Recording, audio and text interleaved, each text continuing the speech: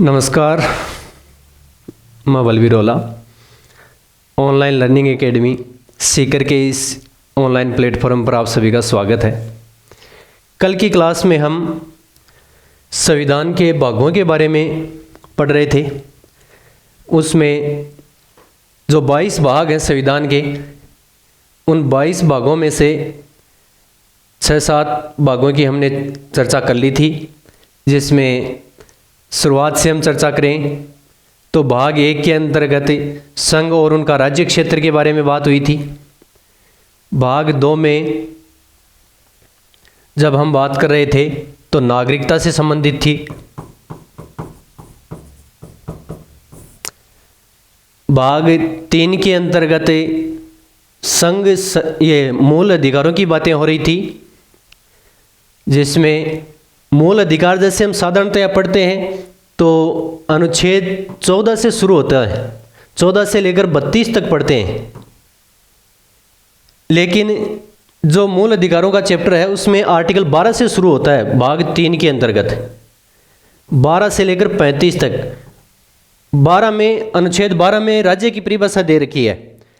साधारणतः अधिकार पढ़ते हैं तब 14 से शुरू होते हैं अधिकार तो, लेकिन इस आर्टिकल 12 के अंतर्गत राज्य की परिभाषा दे रखी है कि जो आगे अधिकारों के बारे में चर्चा करेंगे कि राज्य ये नहीं करेगा, ये करेगा, समानता का अधिकार देगा, स्वतंत्रता अधिकार देगा राज्य। तो राज्य क्या है इसके बारे में अनुच्छेद 12 में दे रखा है। तो अनुच्छेद 12 से लेकर 35 तक चलते हैं अधिकार। उसके बाद में चौथा भाग आता है, उसमें आते हैं राज्य कोई भी नीति बनाता है, उसमें जो निर्देशक तत्व है यूज करता है, उनको दे रखा है 36 से लेकर आर्टिकल 51 तक। उसके बाद में यूनियन की गवर्नमेंट, संघ की गवर्नमेंट यानी केंद्र की सरकार के बारे में प्रधानमंत्री, राष्ट्रपति, संसद, लोकसभा, राज्यसभा, इन सब का भाग 5 के अंतर्गत दे रखा है। भाग 6 में राज्यों की सरकारों का उल्लेख कर रखा है कि राज्य के अंदर क्या क्या होंगे। राज्यपाल होगा, मुख्यमंत्री होगा, मंत्रिमंडल होगा, राज्यपाल की विधायी शक्तियाँ होंगी। उसके अंदर अगर विधानमंडल होगा, विधानमंडल में विधानसभा होगी। इन सब का भाग 6 में वर्णन किया हुआ है। और इनका जो अनुच्छेद दे रखा है वो 152 से लेकर 237 तक दे रखा है। उसके बाद में भाग 7 में ख श्रेणी के राज्यों का उल्लेख किया गया है, यानी 20 श्रेणी के राज्य थे उनका उल्लेख किया गया था, जो आर्टिकल 238 के अंतर्गत था, जिसको 7वां संविधान संशोधन 1956 में किया था। उसके तहत इसको डिलीट कर दिया गया था भाग 7 को। ये इतनी बातें कल की क्लास में हो चुकी हैं। उसके बाद में अब शुरू करते हैं भाग 8 से। जो भाग 8 है उसके अंदर जो हम यूटीज बोलते हैं, यूनियन टेरिटरीज, संघ शासित प्रदेश बोलते हैं, जिसको हम संघ शासित प्रदेश, इनका शासन किस प्रकार से चलाया जाएगा, किस प्रकार से इनकी गवर्नमेंट होगी, राज्यपाल, उपराज्यपाल होगा या इसका प्रशासक होगा, इन सभी का उल्लेख भाग 8 में कर रखा है। उसके बाद में भाग 9 शुरू होता है। भाग 8 के अंतर्गत 239 से शुरू होता है और आर्टिकल 242 तक दिए हुए हैं। भाग 9 में देखो, भाग 9 है वो मूल संविधान में जो स्टेटों का डिवाइडेशन था A, B, C और D, उनमें ए थे राज्य जो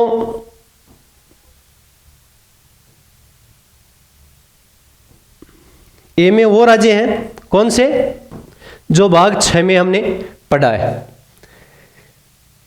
बी में जो राज्य थे वो भाग 7 में है। बी श्रेणी के राज्य अब है नहीं, यानी उनको या तो ए श्रेणी में कन्वर्ट कर दिया गया है या फिर यूटीज के अंतर्गत रख दिया गया है। बी कैटेगरी का कोई राज्य नहीं है तो भाग 7 को खत्म कर दिया, डिलीट कर दिया। उसके बाद में सी श्रेणी का जो राज्य था उनको हम केंद्र शासित प्रदेश बोलते हैं, संघ शासित प्रदेश, जिनका उल्लेख भाग 8 में है। और डी श्रेणी के जो राज्य थे उनका, डी श्रेणी का राज्य का उल्लेख भाग 9 में था। तो संविधान में जब 7वां संविधान संशोधन किया गया उसके तहत जो भाग 9 है उसको डिलीट कर दिया गया।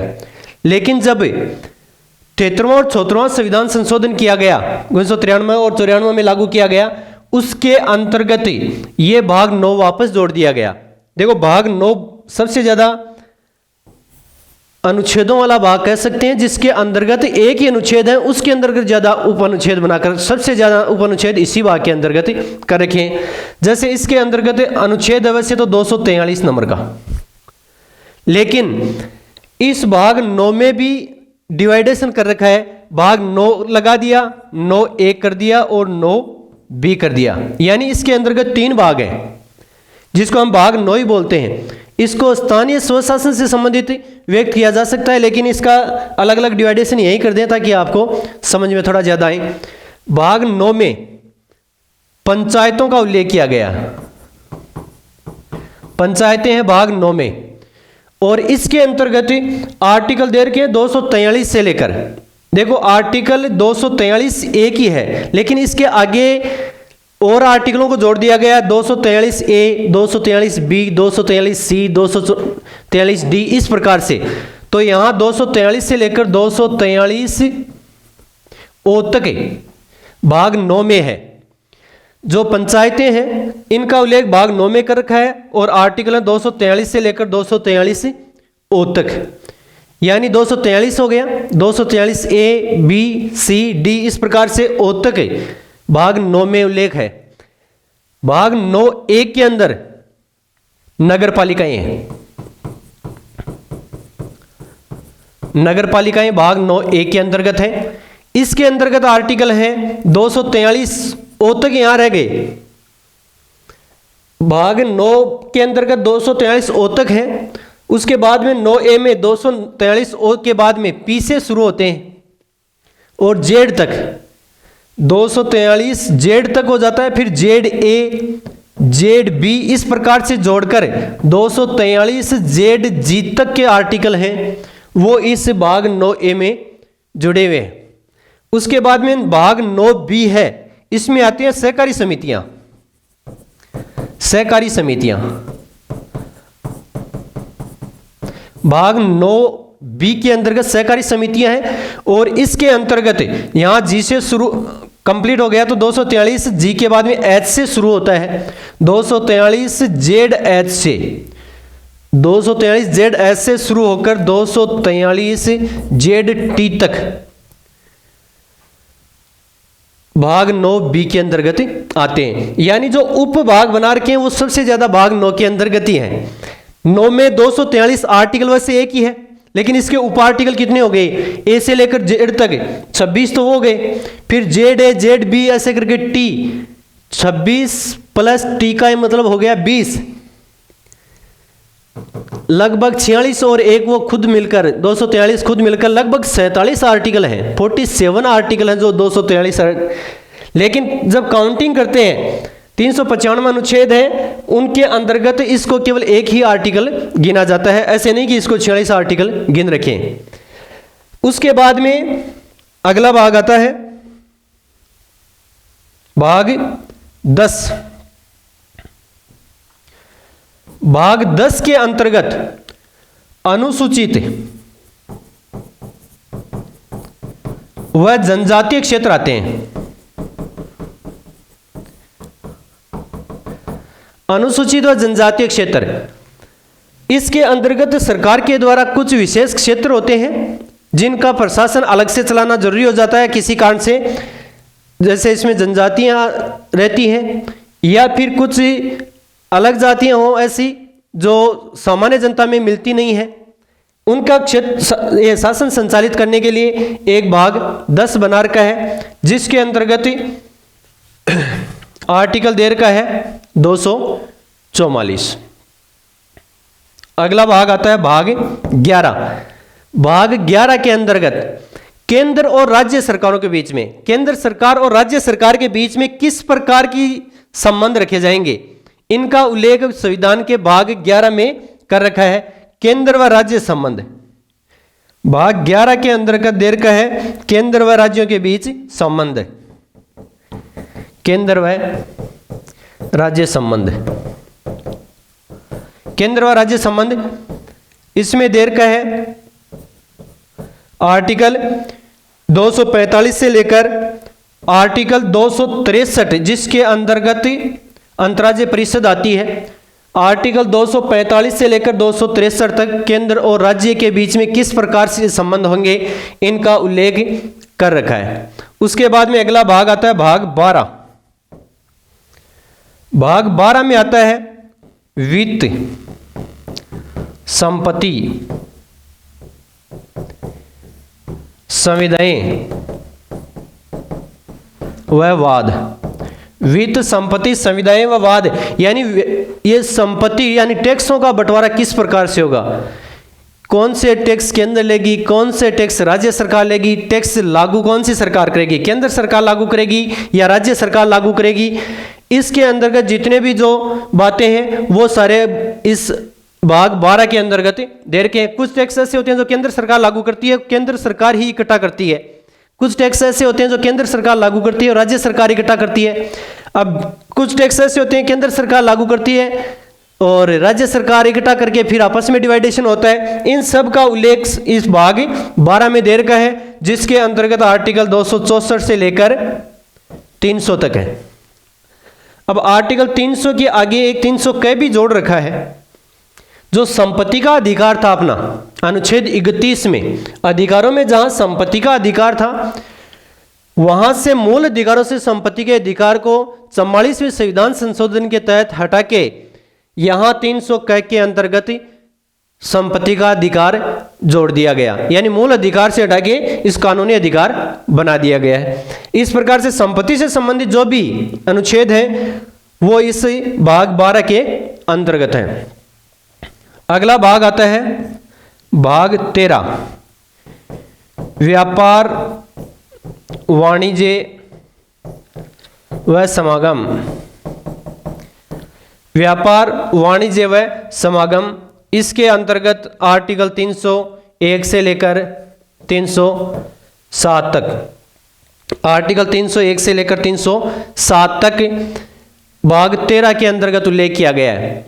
व्यापार, दो राज्यों के बीच व्यापार किस प्रकार से होना है, केंद्र और राज्य के बीच में व्यापार कैसे होना है, यानी देश के भीतर जो भी व्यापार होना है उसका उल्लेख भाग 13 में, जो भी बिजनेस होना है, वाणिज्य समागम जो भी है, उनका अनुच्छेद 301 से लेकर 307 तक दे रखा है।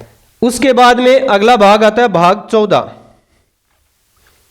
भाग 14 में संघ और राज्य की लोक सेवाएं, संघ व राज्यों की लोक सेवाएं, जो लोक सेवाएं हैं इनका उल्लेख भाग 14 में कर रखा है, जो है 308 से लेकर 323 तक। देखो, संघ और राज्य की लोक सेवाएं कौन सी होती हैं, जैसे कुछ सेवाएं होती हैं वो संघ सरकार की होती हैं, कुछ राज्य सरकार की होती हैं, कुछ अखिल भारतीय सेवाएं होती हैं। इन सभी का वर्णन भाग 14 के अंतर्गत कर रखा है। संघ सरकार की भर्तियां किस प्रकार से होंगी, क्या नियम होंगे, यूपीएससी का गठन किस प्रकार से किया जाएगा, यह भाग 14 के अंतर्गत दे रखा है। राज्य के अंतर्गत राज्य की सेवाएं किस प्रकार से होंगी और इनके अंतर्गत भर्ती किस प्रकार से की जाएंगी, ये सब का उल्लेख भाग 14 के अंतर्गत दे रखा है। इसी के तहत आरपीएससी का गठन किया जाता है। यानी भाग 14 में राज्य सरकार और केंद्र सरकार में भर्तियां किस प्रकार से की जाएंगी, सेवाएं कितनी प्रकार की हैं, 3 प्रकार की सेवाएं रख रखी है मुख्य रूप से। एक होती है केंद्र भर्ती, केंद्रीय सेवा, एक होती है राज्य की सेवा और एक होती है अखिल भारतीय सेवाएं। अखिल भारतीय सेवा में होती हैं वो राज्य और केंद्र दोनों में ड्यूटी करते हैं, जैसे आईएएस है, आईएएस है, आईपीएस है, आईएफएस है, ये अखिल भारतीय सेवाएं हैं। तो इस प्रकार से इन सेवाओं का वर्णन इस भाग 14 के अंतर्गत दे रखा है। इनको एक बार दोबारा से देख लें। कल भाग 7 की बात होगी, आज हम 8वें भाग से शुरू कर रहे हैं।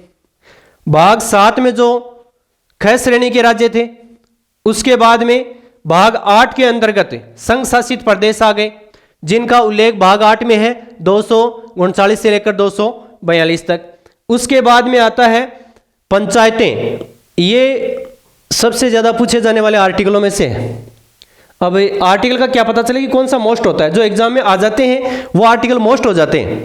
जब तक आर्टिकल एग्जाम में नहीं आता तब तक मोस्ट नहीं होता है। जिस दिन एग्जाम में आ गया उसी दिन वो मोस्ट हो जाता है। तो सारे आर्टिकल ही मोस्ट होते हैं, ऐसा नहीं कि कोई एक विशेष आर्टिकल ही मोस्ट होता है। आर्टिकल जो एग्जाम में आने शुरू हो जाते हैं वो सारे मोस्ट हो जाते हैं। अब पंचायती जो क्षेत्र है इसका एक अलग ही टॉपिक आता है।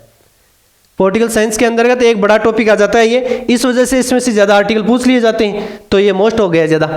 तो पंचायत, नगर पालिकाएं और सहकारी समितियां, इनके अलग अलग 3 भागों में डिवाइड कर रखा है। 243 से लेकर 243 ओ तक पंचायतों में आता है। उसके बाद में पी से लेकर जेड जी तक नगर पालिकाओं में आ जाता है। और उसके बाद में सहकारी समितियों का गठन किस प्रकार से किया जाता है, वो जेड एच से लेकर जेड टी तक आ जाता है। उसके बाद में भाग 10 में अनुसूचित व जनजातीय क्षेत्रों का प्रशासन किस प्रकार से किया जाएगा, इसका उल्लेख भाग 10 के अंतर्गत कर रखा है आर्टिकल 244 में। अगला है भाग 11, केंद्र और राज्य के बीच में संबंध किस प्रकार से रहेंगे, इन सभी का उल्लेख भाग 11 में कर रखा है। भाग 12 में वित्त, व्यापार, वाणिज्य समागम, ये वित्त, संपत्ति, इनका सब का उल्लेख भाग 12 में है। टैक्स किस प्रकार से लगाया जाएगा, कौन लगाएगा, संसद लगाएगी या विधानसभा लगाएगी, इन सब की बातें भाग 12 में दे रखा है। उसके बाद में भाग 13 में व्यापार से संबंधित जो भी है वो भाग 13 में है। और उसके बाद में भाग 14 में दे रखा है संघ और उनके राज्यों के बीच में जो लोक सेवाएं हैं और आरपीएससी और यूपीएससी का गठन किस प्रकार से किया जाएगा, इन सभी का उल्लेख भाग 14 में कर रखा है। इस प्रकार से हमने आज 7 भागों का और अध्ययन किया है। धीरे धीरे करके एक एक चीजें हम सीख रहे हैं। यदि आपको ये चीज़ें पसंद है तो लाइक करें, शेयर करें और चैनल को सब्सक्राइब करें। धन्यवाद। जय हिंद।